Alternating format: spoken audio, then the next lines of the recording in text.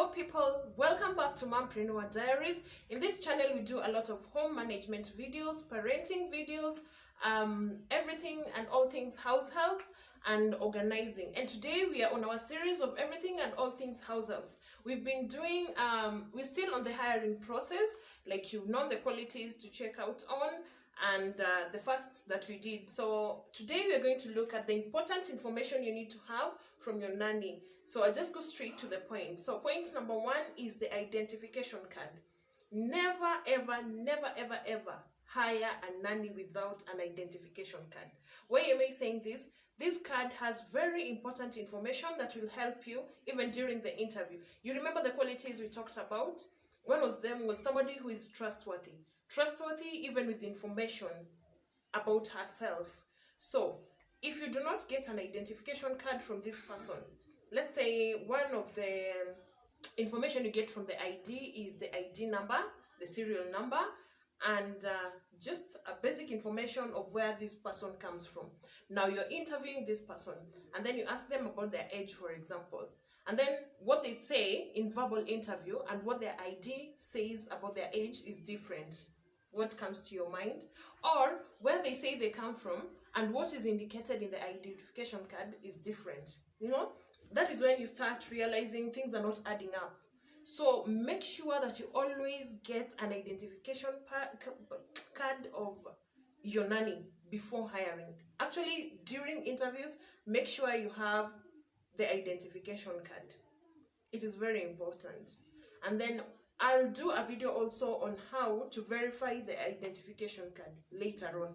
At the moment, let's hire first. So the second thing you need to get is a certificate of good conduct. We need these ladies to have an updated certificate of good conduct. It's not like an outdated one. You need to have an updated one.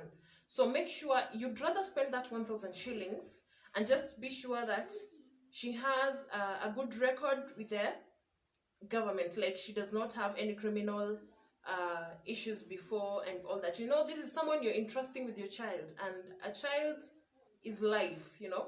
This is someone you're entrusting with life, in fact a young life for that matter.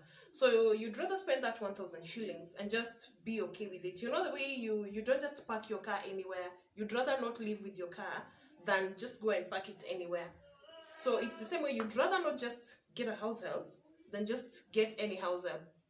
So make sure that you spend even that little money and get the important information you need. Number 4 is a full-size photo. When I say full-size photo, it's not one taken by somebody else. It's one taken by you. Like, let's say the first day you're hiring, when she comes to your house, just request her, take your phone, just take a full-size photo. Yani, kichwa mpaka miguu. You know, why am I saying a full-size photo? Because sometimes we have these identical twins, yeah? And we have a case that you're following up, maybe, and they really look alike. And somebody is like, I'm not the one you're talking about. But you see, when you have a full-size photo, you may identify something that is different from the other one.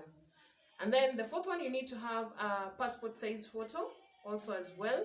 This can be taken in a studio. It's about 150 bob. You can take 4 copies and give her one. These 2 copies of yours you attach to your documents, to her documentations that you will file in her file. You remember we said that you need to have a file for her? Yeah, these are all the information that you need to file up. You need the contact of the previous employer. This is where drama begins. Very rarely they'll give you the contacts. I don't know why. I don't know. I've never understood what happens. But you know, just try as an employer to get, or an agency who is hiring on behalf of an employer, to get the contact of the previous employer. At least just get you know, we are not perfect. She has positives and negatives. So just get to know both sides from the previous employer, and also get to understand why she left the previous employer. So that if it's something you can handle, maybe it was sickness, maybe she was slow, maybe she was something, so that you are able to know if it is something that you'll handle in your house. So that you don't end up hiring, and then after 1 month, you're still looking again for a house help. You need contact of the relatives. And please kindly try to insist on the parents as the first contacts. You know, a parent won't allow their children to be in funny things, you know, unless they're funny themselves anyway. So make sure, try as much as possible that the contact you're given, the first contact you're given of a relative is that of a parent, a mom, a dad, or something else. You know, I don't like these sister things, sister yangu, brother yangu. They can just go and get somebody and, you know, they're like, mi nataka contact ya mtu, so nitachukua yako. We've had those cases before. So try to insist on the parents' contact. That would be better. Then you also need a map. Now, you're being too much. Yes. Because this is someone you're living with your child, you know. Me, I'm more concerned about the children. Forget about these other things. A child. A map. If you're an agency and you're hiring on behalf of your client, please take initiative. You'd rather have agents in where you cannot be. Maybe you're based in Nairobi, but you're getting a nanny or a house help from, let's say, even the coastal region. So, of course, you can't travel to coast to go and just draw a map. So you can have agents who can do that for you. They even go to the chief. You get a signed document that this person really comes from that place. You know, we have to be thorough in these things, yeah? So that when you're asking for money, there'll be value for money, yeah? And as an employer, you've gotten a referral. Yes, she's been referred to you. It's upon you to do some of these background checks. She tells you I come from a certain estate. You can just drive to that place or take a matatu to that place and just confirm, you know. You have to be smart also. Don't tell her that you're going to draw a map from your place. You can tell her that I'll pick you up from your place. So as you go to pick her up, you can identify the schools nearby that place.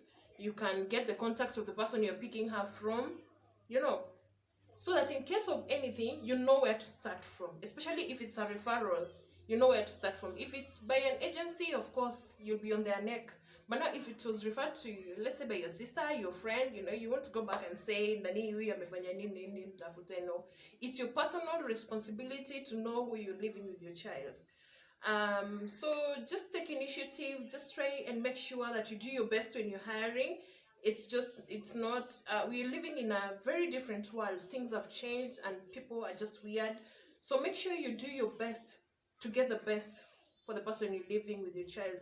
I usually tell people, you'll never leave your car anywhere.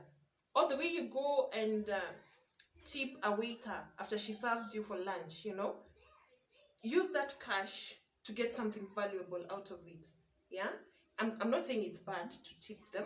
No, I'm not saying that. I'm saying that just the way you do that, you can also spend some extra cash just to make sure that the person you're hiring to take care of your child is someone, at least someone you know. Okay. And also I was forgetting the fingerprints.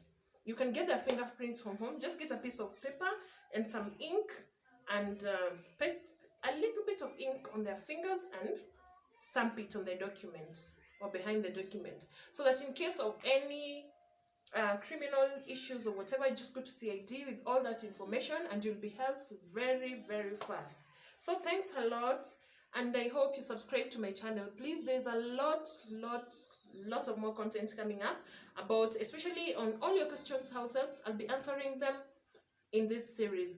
Also, if you're interested in home management, in cleaning motivation, I usually do those videos, and also parenting. And after this series, I'll start a series on parenting a special needs child. Please keep it locked. It may help you, it may help a friend, it may help someone else, and tag someone along. Thanks a lot for watching. See you in my next video.